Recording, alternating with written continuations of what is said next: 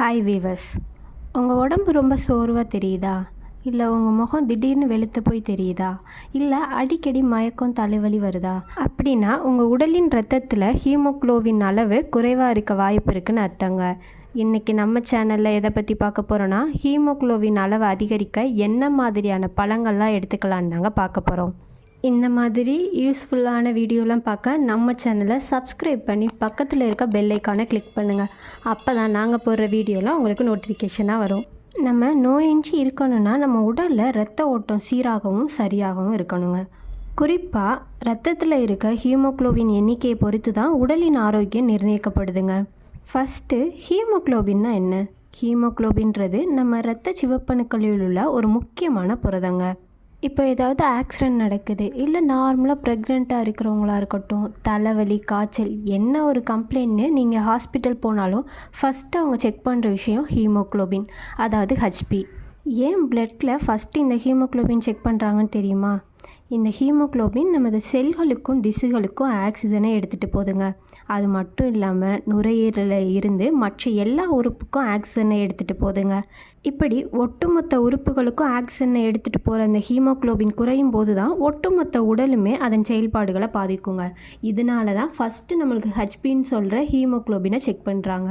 இந்த ஹீமோக்ளோபின் எவ்வளோ குறைவாக இருந்தால் நம்ம பயப்படணும்?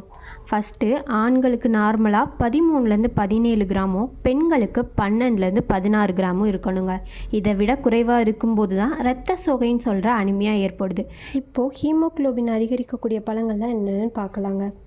மாதுளைப்பழம். இரத்தத்தின் அளவை அதிகரிக்கணும்னு சொன்னாலே ஃபஸ்ட்டு ஞாபகம் வர்றது மாதுளை தான்.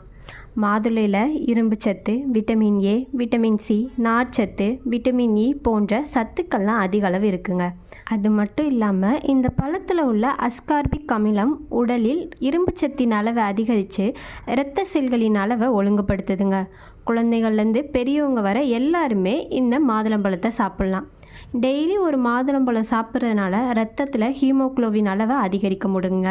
இந்த மாதுளம்பழத்தை ஜூஸாக சாப்பிட்றத விட பழமாக சாப்பிடும்போது அதோட முழு சத்துமே உடலில் சேருதுங்க. ஹீமோக்ளோபின் அளவை அதிகரித்து இரத்த சோகையை தடுக்க டெய்லி ஒரு மாதுளம்பழம் சாப்பிட்றது போதுமானதுங்க. பேரிச்சம்பழம். பேரிச்சம்பழத்தில் இரும்பு சத்து ஏராளமான அளவில் உள்ளதுங்க.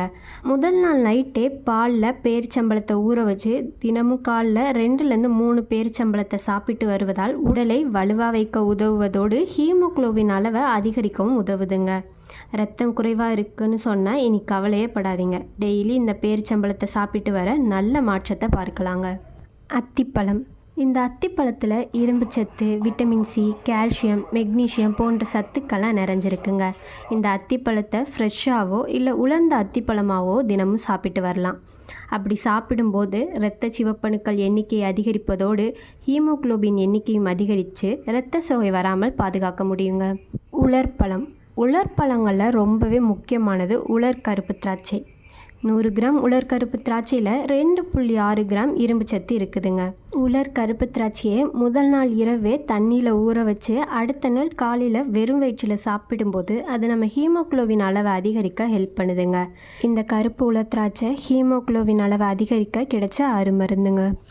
ஆப்பிள். தினமும் ஒரு ஆப்பிள் சாப்பிட்டா டாக்டரிடம் செல்ல தேவையே இல்லைன்னு சொல்லுவாங்க. ஏன் அப்படி சொல்கிறாங்கன்னு தெரியுமா? ஏன்னா நம்ம உடலை பாதுகாக்கக்கூடிய ஏராளமான சத்துக்கள் இந்த ஆப்பிளில் இருக்குதுங்க. ஆப்பிளில் விட்டமின் சி, விட்டமின் ஏ, மாவுச்சத்து, இரும்புச்சத்து போன்ற அதிகப்படியான சத்துக்கள் இருக்குதுங்க. இது ஹீமோக்ளோபின் உற்பத்தி செய்யும் திசுக்களை தூண்டி ஹீமோக்ளோபினை அதிகரிக்க செய்யுதுங்க.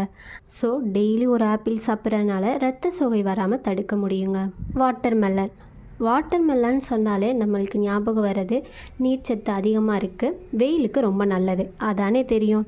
ஆனால் இந்த வாட்டர்மெலனில் நீர்ச்சத்து மட்டும் இல்லாமல் விட்டமின் சியும் அதிக அளவு இருக்குதுங்க. இது என்ன பண்ணுன்னு பார்த்தீங்கன்னா நம்ம உண்ணும் உணவில் உள்ள இரும்பு சத்தை உடல் உறிஞ்சிக்கொள்ள உதவி செய்யுதுங்க. இப்படி நம்ம எடுத்துக்கிற உணவில் உள்ள இரும்பு சத்து நம்ம உடலுக்கு சரிவர செல்லும்போது ஹீமோக்ளோபின் அளவை அதிகரிக்க முடியுங்க. வாழைப்பழம். ஆண்டு முழுவதும் விலை குறைவாக கிடைக்கிற பழம்னா அது வாழைப்பழம். வாழைப்பழத்தில் விட்டமின் சி, இரும்பு சத்து, விட்டமின் B6 போன்ற சத்துக்கள்லாம் இருக்குதுங்க. இது இரத்தத்தில் ஆக்சிஜனை கடத்தும் பண்பை அதிகரிக்குதுங்க. அது மட்டுமின்றி இரத்தத்தில் ஹீமோக்ளோபின் உற்பத்தி செய்வதில் முக்கிய பங்கு வகிக்குதுங்க. கொய்யாப்பழம். டெய்லி ஒரு கொய்யாப்பழம் சாப்பிடுவதால் உடல் ஆரோக்கியத்தை பற்றி கவலையே பட தேவையில்லைங்க. இந்த கொய்யாப்பழம் எளிதில் கிடைக்கக்கூடியது மட்டும் இல்லாமல் அனைவருமே சாப்பிடக்கூடிய பழங்க. கொய்யாப்பழத்தில் இரும்பு சத்து, நார்ச்சத்து, கால்சியம் இருக்குதுங்க. அது மட்டும் இல்லாமல் ரொம்பவே முக்கியமான விட்டமின் சியும் அதிக அளவு இருக்குதுங்க.